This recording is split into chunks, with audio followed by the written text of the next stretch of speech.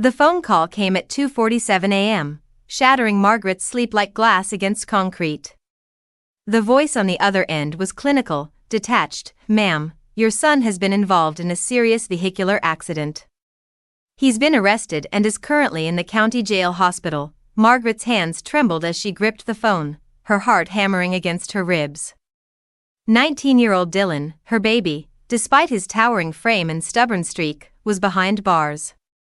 Again, it was about his driving. But this time was different. This time, someone else paid the price. The fluorescent lights of the jail hospital cast harsh shadows across Dylan's swollen face when Margaret finally saw him. His nose sat crooked beneath a web of bruises, fresh stitches pulling at his split lip like a grotesque smile. But it was his eyes that broke her heart, not filled with remorse, but with the familiar expectation that Mom would fix everything, just like she always had. "How badly is she hurt?"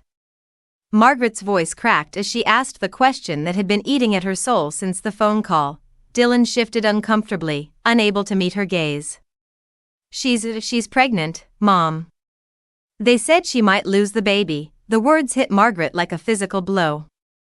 Somewhere across town, a woman lay in a hospital bed, fighting for her unborn child's life because her son, her reckless, careless son, couldn't put down his phone long enough to drive safely. This wasn't Dylan's first dance with disaster.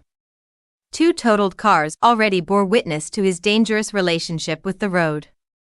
Each time, his biological father had swooped in like a fairy godmother, replacing twisted metal with something even shinier, never once addressing the root of the problem. But 3 months ago, a heart attack had silenced that enabling voice forever, leaving Margaret alone to face the consequences of years of misguided rescues. The public defender's voice echoed in her memory. "You need to post bail now, or he'll be here all weekend. The paperwork won't wait." Everyone, friends, family, even strangers on the internet, seemed to have an opinion about what she should do. Bail him out immediately. Get him the best lawyer money could buy.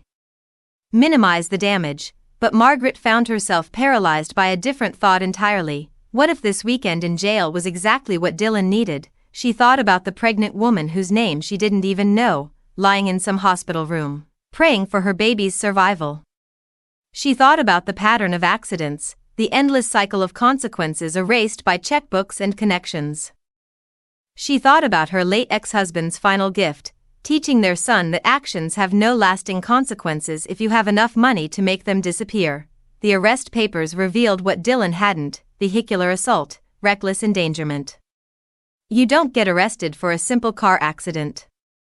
Something more had happened on that dark road: alcohol, drugs, or maybe just the deadly cocktail of youth and invincibility that had already claimed 2 vehicles and now threatened an innocent life. Margaret's phone buzzed incessantly with messages from well-meaning relatives. "Get him out now. He's just a kid. Don't let him rot in jail." But their voices couldn't drown out the quieter whisper in her heart, the voice that wondered if love sometimes meant letting someone fall hard enough to learn how to stand on their own. The bail bondsman's office smelled like stale coffee and desperation. Margaret sat in the parking lot, checkbook in her trembling hands, wrestling with the most important decision of her motherhood. Pay the money, hire the lawyer, clean up the mess, or let her son face the full weight of what he'd done for the first time in his life. Across town, a pregnant woman fought for her baby. Here, a mother fought for her son's soul. As Margaret stared at the courthouse steps, she realized that sometimes the greatest act of love is refusing to save someone from themselves. But was she strong enough to let him fall? Was she brave enough to let the weekend stretch into consequence, or would she cave to the familiar comfort of being the rescuer? The clock was ticking. The weekend loomed.